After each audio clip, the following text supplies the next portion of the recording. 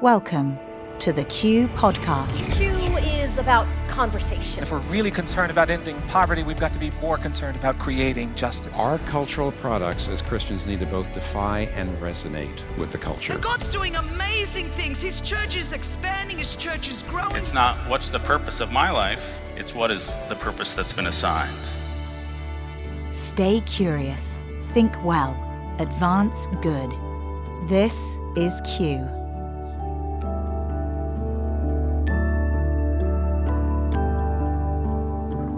Welcome to another edition of the Q Ideas Podcast. I'm Gabe Lyons, and today we're talking about cyber security, cyber war, and what does it look like for us to think ethically about this? Now, this is a topic that's coming up quite a bit over this last year, and I'd say almost daily now, there are reports about cyber and whether we're really secure in America from a cyber attack. I think as you talk to the experts, you realize, no, we're vulnerable.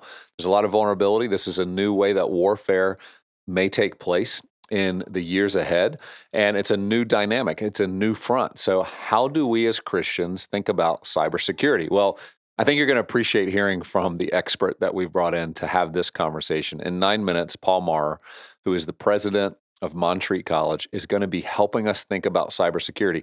Now, here's what's so relevant about Paul and what he does. At Montreat College, they equip students to do cybersecurity. They have a whole cybersecurity program. They aim to train their students with the technical, ethical, and moral framework necessary to become trusted leaders in the cybersecurity field.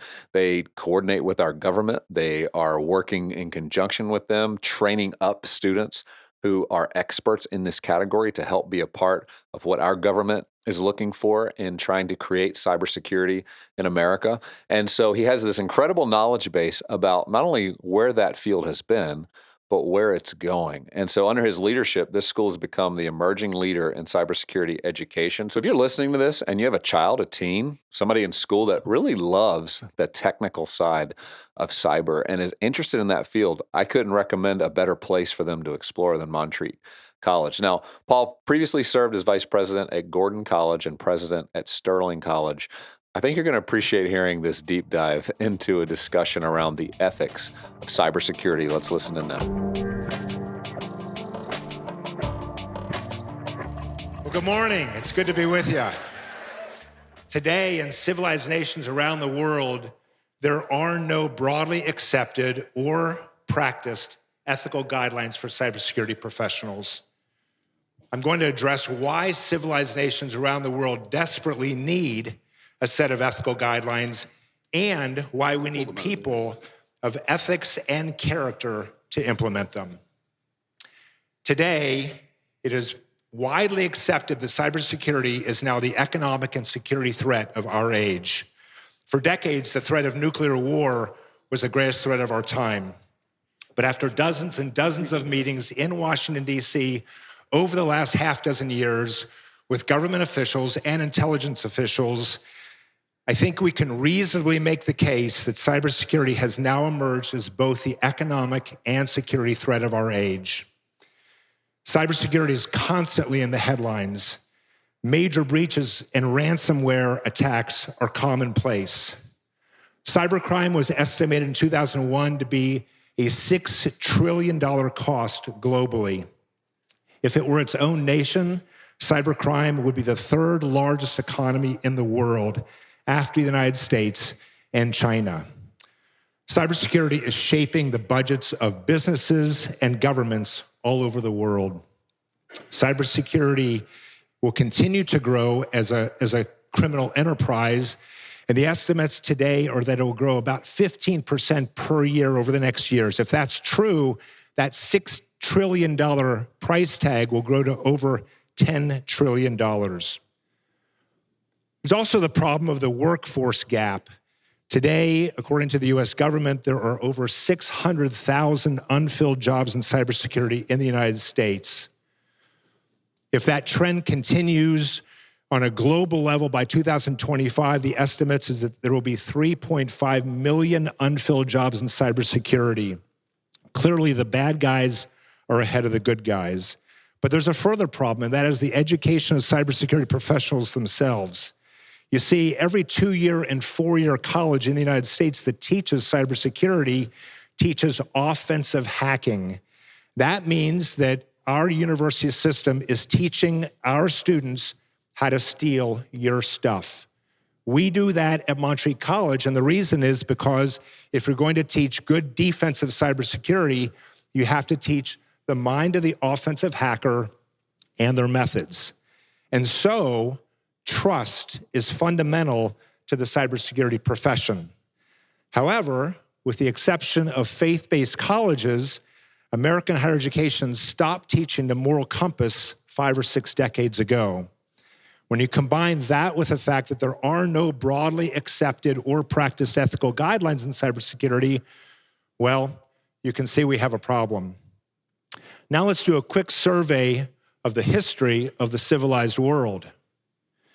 Over the past 2,500 years, civilized nations have created ethical boundaries for our most important cultural engagements. Think about medicine. We have the Hippocratic Oath, which was developed between the 3rd and 5th centuries BC. Law has a set of, is guided by a code of ethics. Even warfare has as its core over 2 millennia just war theory. This can be traced back to the 1st century BC, which coalesced then further during the Middle Ages and has been further developed ever since. So when we hear today about international law and the Geneva Conventions, these are an outgrowth of what happened 2,100 years ago. Even the American founding, the United States was built on an understanding of transcendence and the need for virtue, character, and ethics to be at the core of the American experiment. While these codes, oaths, and laws have been imperfect, and in some cases terribly imperfect, they have nonetheless provided invaluable boundaries for human behavior. It's time for cybersecurity to have accepted and practiced boundaries on both offense and defense. Montreat College, where I work, located in Western North Carolina, seeks to make a contribution to this space. For nearly a decade, Montreat College has taught cybersecurity education, and we're emerging as a national leader in that space. It's now our 2nd largest major, and we've been invited to help frame the future of cybersecurity higher education for the nation. After 106 years as a college, we also remain unapologetically faith-based, rooted in historic biblical orthodoxy. Because of this, we overtly teach to moral compass, now rare, as I mentioned, in American higher education. The United States government, to their credit, recognizes both the daunting problems of cybersecurity and Montreat College's unique ability to contribute. And as such, they have asked us to write a book on cybersecurity ethics. We're writing for 2 audiences. The first are the students at the 450 or so Centers for Academic Excellence as designated by the National Security Agency and the Department of Homeland Security. We consider that target audience, students in higher education and practitioners already in the field, as one target audience.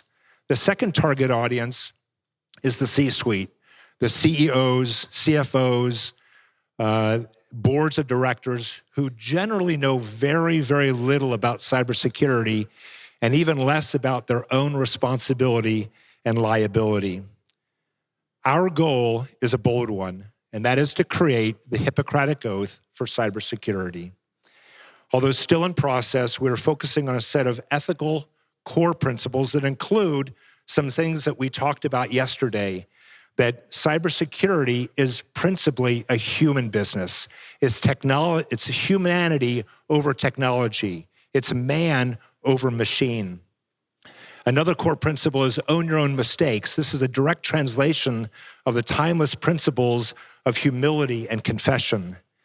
Don't be a lone wolf. Again, translated from timeless core ethical principles that we don't have all the answers. And so when you're encountering a complex problem, you ought to collaborate with other people and seek wisdom. And so that humility and wisdom combined would lead you to say, I shouldn't be a lone wolf. This work is a translation, and we're going to translate it into case studies. So my co-author is a 25-year veteran, one of the leading cybersecurity professionals in the country, and he's been part of solving the problems of the largest commercial breaches in American history. We will map these core ethical principles to the case studies, providing what we hope to be a decision-making pathway for all cybersecurity professionals in the future. So what's our core value proposition? Well, it's actually not complicated, and here it is. The problem of cybersecurity is not principally a technical problem. The problem of cybersecurity is principally a human problem. And therefore, the solution to cybersecurity is not principally a technical solution. It is principally a human solution. If you do not have the right people of ethics and character as your cyber leaders and frontline professionals, your technology doesn't matter very much. Part of our task in these days is to translate timeless truth into what my good friend Sandy Sugar calls a sacred anthropology. If you're wondering whether this is even possible in our day and age, consider the following.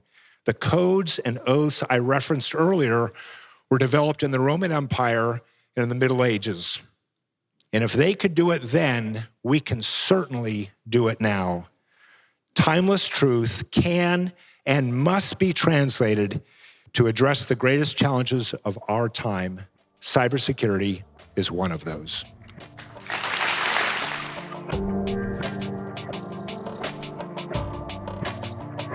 Well, I hope that was invigorating for you. Obviously, a big idea, but I love the way in which Paul points to the ethics of this, a conversation that we as Christians bring to any field that we're in. We don't just serve in these fields. We don't just try to be a participant in industries. We want to be part of the redemptive edge of these industries. We want to be people in those spaces asking bigger questions about how do we operate when we're actually working in these fields. And I love that that's what they're teaching. The fact that cybercrime, I think he mentioned in 2001, $6 trillion cost globally. This is amazing. I mean, the amount of money being stolen, transferred, so much is happening in the cyberspace that many of us just are completely unaware of. And it's a good example of how Christians need to show up in every single space. And so I hope if you enjoyed listening to this and you want to watch it, you want to see the slides, you want to invite maybe your kids to not only listen to a podcast, but maybe watch this talk, you can do that not only with this, but with so many of our talks and most of the talks from this past year's Culture Summit at qideas.org. And if you do not have a media subscription, you can get that at qideas.org/trial, where you get 30 days free to access all these talks and conversations. And I would say, as you finish out your summer, as you're sending kids back off to school, maybe this creates a great conversation, not only this talk, but so many others around these ideas that are so important and relevant for our children today and for us as adults. So hope you have a wonderful week, and we'll talk soon.